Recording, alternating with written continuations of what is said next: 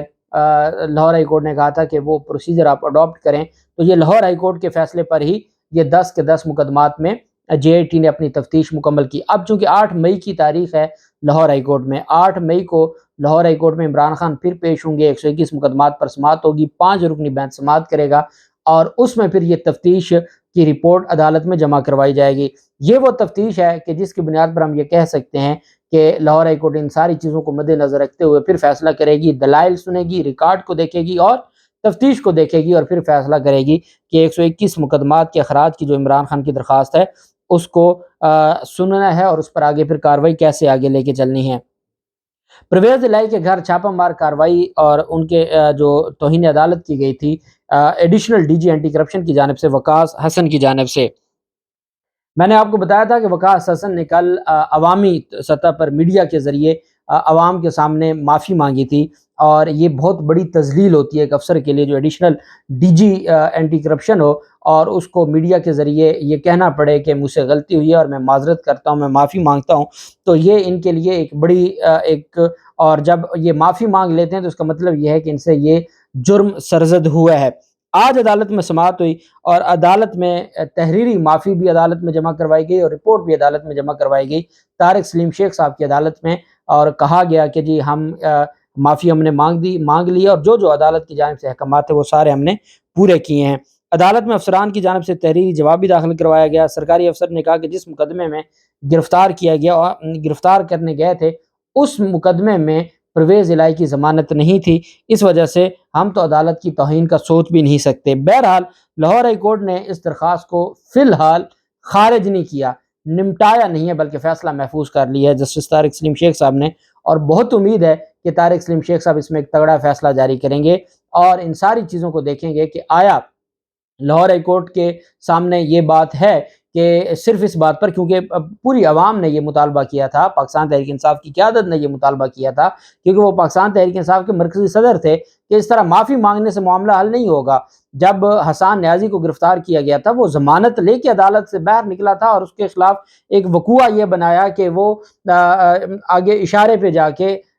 جو جہاں پر پولیس ناکہ تھا وہاں پر اس نے کوئی بدتمیزی کی اور اس پر وہ ایک مقدمہ درج ہوا اور پھر اس کو 2 ہفتے تک پورے ملک میں گھمایا گیا۔ تو اس پر پاکستان تحریک انصاف نے کہا کہ جب تک کوئی تگڑا ایکشن نہیں لیں گے یہ سلسلہ ایسے ہی چلتا رہے گا۔ یہی جسٹس طارق سلیم شیخ صاحب نے آئی جی اسلام آباد اور آئی جی پنجاب کو کہا تھا کہ فواد چودھری کو شام 6 بجے تک عدالت پیش کریں، وہ لے کے چلے گئے تھے اسلام آباد میں، اور بعد میں آئی جی اسلام آباد پیش بھی نہیں ہوئے تھے، اور وہ جو توہین عدالت کی درخواست تھی وہ آج تک دوبارہ سماعت کے لیے مقرر ہی نہیں کی گئی۔ بہرحال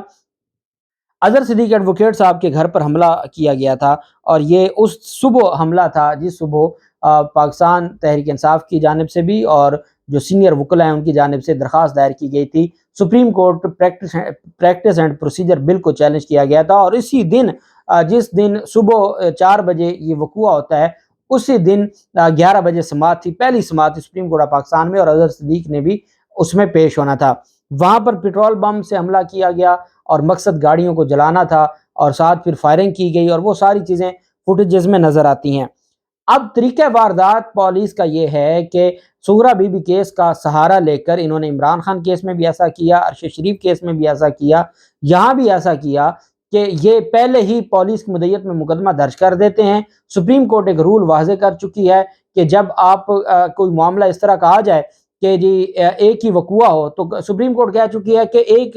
وقوع کی بابت ایک ہی ایف آئی آر ہوگی۔ اب جب پولیس اپنی مدعیت میں ایف آئی آر درج کر دیتی ہے تو جو ایگریوڈ ہے،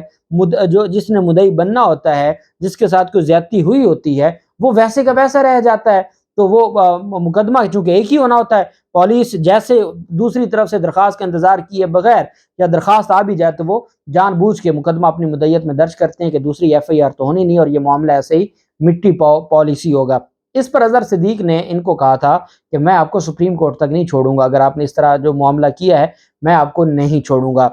انہوں نے ایف آئی آر کے لیے درخواست دی، درخواست میں شہباز شریف، رانا ثناء اللہ اور محسن نقوی کو نامزد کیا، اور آئی جی پنجاب اور سی سی پی او لاہور وغیرہ۔ اس پر مقدمہ درج نہ ہوا، بلکہ جو تھانہ ڈیفنس ہے لاہور کا، انہوں نے اپنی مدعیت میں مقدمہ درج کر کے نامعلوم مقدمہ درج کر دیا اور کہا جی ہمارے پاس تو درخواست گزار آئے نہیں ہے، اس وجہ سے نامعلوم مقدمہ درج کر دیا۔ سیکشن 22A 22B CRPC کے تحت ضابطہ فوجداری کے تحت اندراج مقدمہ کی درخواست دی۔ سیشن کورٹ میں پولیس نے رپورٹ جمع کروا دی کہ اس وقوع پہ ایک مقدمہ درج ہو گیا، دوسرا ہو نہیں سکتا۔ سورہ بی بی کیس کا 2017 کا سپریم کورٹ کا فیصلہ ہے، ہم کیا کر سکتے ہیں۔ سیشن کورٹ نے اظہر صدیق کی درخواست خارج کر دی۔ اب یہ معاملہ چلا گیا لاہور ہائی کورٹ میں۔ جسٹس عالیہ نیلم صاحبہ نے آج سماعت کی، وہاں پر یہی سوال اٹھایا گیا پاکستان تحریک انصاف کے وکلاء کی جانب سے کہ جناب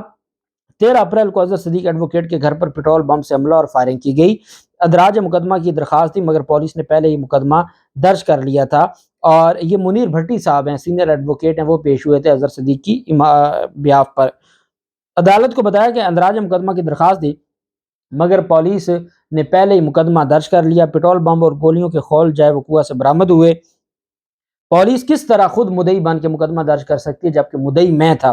موقع پہ میں تھا، سارا کچھ دیکھا میں نے۔ سیشن عدالت نے قرار دیا کہ ایک مقدمہ درج ہو چکا ہے، دوسرے کا حکم نہیں دے سکتے۔ درخواست کے مطابق مقدمہ درج ہونا چاہیے تھا جو اظہر صدیق ایڈوکیٹ نے دی تھی۔ عدالت کو کہا گیا کہ یہ اگر سلسلہ اسی طرح چلتا رہا تو پھر تو اس کا مطلب ہے یہ تو سپریم کورٹ آف پاکستان کے فیصلے کی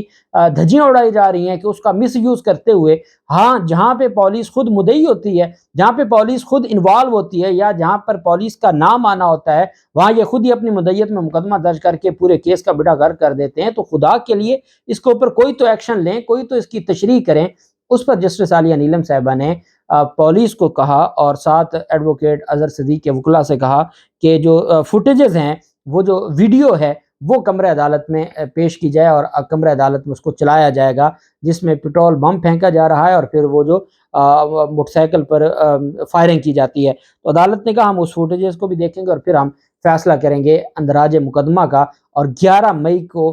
جو فوٹیجز ہیں وہ طلب کر لی گئی ہیں عدالت کی جانب سے، اور اظہر صدیق کے معاملے پر حملہ کرنے والوں کی فوٹیج اور USB میں طلب کی گئی ہے جسٹس عالیہ نیلم صاحبہ کی جانب سے، اور یہ معاملہ آگے چلے گا۔ یہ معاملہ میں نے آپ کو بتایا تھا، اظہر صدیق صاحب نے کہا کہ میں اس کو سپریم کورٹ تک لے کے جاؤں گا، آپ کسی بھول میں ہوں گے، میں سپریم کورٹ تک جاؤں گا۔ اور ان کا کہنا یہ ہے کہ اصل جو میرے ملزمان ہیں وہ شہباز شریف، رانا ثناءاللہ اور محسن نقوی ہیں۔ دیکھتے ہیں 11 مئی کو کیا ہوتا ہے، جو بھی تفصیلات ہوں گی آپ کے ساتھ شیئر کرتے رہیں گے۔ اللہ پاک پاکستان کامیاب ناصر ہو۔ بہت شکریہ، اللہ حافظ، پاکستان زندہ باد۔